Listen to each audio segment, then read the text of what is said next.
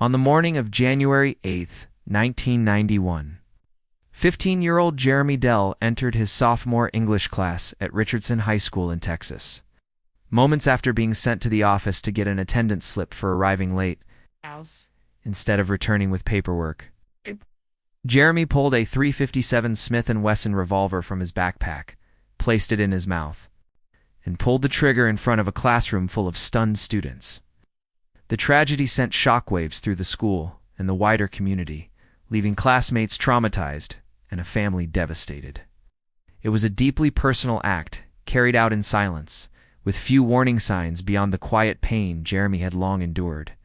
The incident later inspired Pearl Jam frontman Eddie Vedder to write Jeremy, a haunting track released in 1992 that became one of the band's most iconic songs. Vedder, moved by a brief newspaper article about the suicide, imagined a narrative in which Jeremy was a misunderstood, a bullied boy whose emotional anguish exploded in a final, defiant act. The music video, with its unsettling imagery and implied violence toward classmates, painted a dramatic and fictionalized picture, one that resonated with many but did not reflect the real Jeremy Delle. His family, particularly his mother Wanda Crane, would later express discomfort and sorrow over how his death had been reinterpreted and, in their eyes, misrepresented.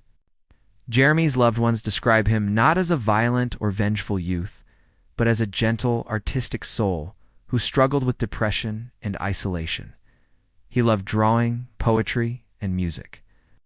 His pain was internal, not explosive, silent storm rather than a cry for attention.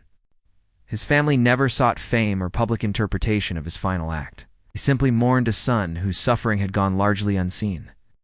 While Jeremy brought attention to teen mental health and suicide, it also cast a long shadow over the truth of a boy's life and the people who loved him. Behind the song, behind the headlines, was a real child lost too soon, and a family still carrying the weight of that mourning.